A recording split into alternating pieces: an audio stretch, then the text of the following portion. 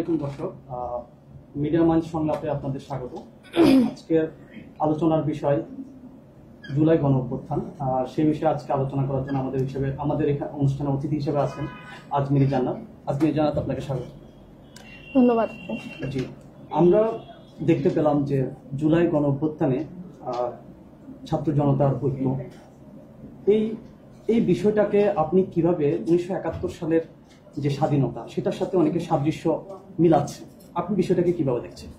ঐক্য হচ্ছে আমাদের শক্তি। এখন আমরা যে কোনো কঠিন কাজ যদি সবাই একত্রে হয়ে করি তাহলে সেই কাজটা আসলে সহজ হয়ে যায়।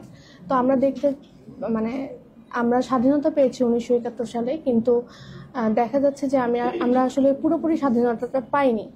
এই পর্যন্ত আসলে আমাদের বাক স্বাধীনতা ছিল না। আমরা বিভিন্ন ধরনের মনের ভাব প্রকাশ করতে গেলেই দেখা যেত যে বিভিন্ন ধরনের সমস্যার সম্মুখীন হচ্ছি।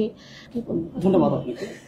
যদি আমরা বিষয়টাকে এইভাবে দেখি যে কথিত হয় যে আমরা যদি ইতিহাস দেখি যে প্রতিটা বিপ্লবের পরেই প্রতি বিপ্লব হয়। তো এই অবস্থায় আপনি কি মনে করছেন যে একটা প্রতি বিপ্লব হওয়ার সম্ভাবনা আছে? বিষয়টা আমি আর একটু সহজ করে দিই আপনাকে। যেমন 1971-এর পর 1975 হয়েছে। 1975-এ আবার 3টি সেনা অভ্যুত্থান হয়েছে, হয়তো আপনি জানেন বিষয়টি।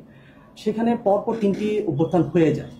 তো এখানে আমরা বাংলাদেশের জনগণ মনে করছে যে একটা প্রতি বিপ্লব হওয়ার সম্ভাবনা আছে, আরেকটা অরাজকতার সময় আমরা দেখতে পাচ্ছি বলে আমাদের বাংলাদেশের জনগণ মনে করছে। আপনি কি এই বিষয়টাতে কোনো কিছু বলতে চান? আসলে দেখেন, আমাদের দেশের যেই সংস্কার, আমাদের দেশের একটা অনেক বড় সংস্কারের প্রয়োজন আছে। তো আমরা শুরু থেকে যেই ধরনের।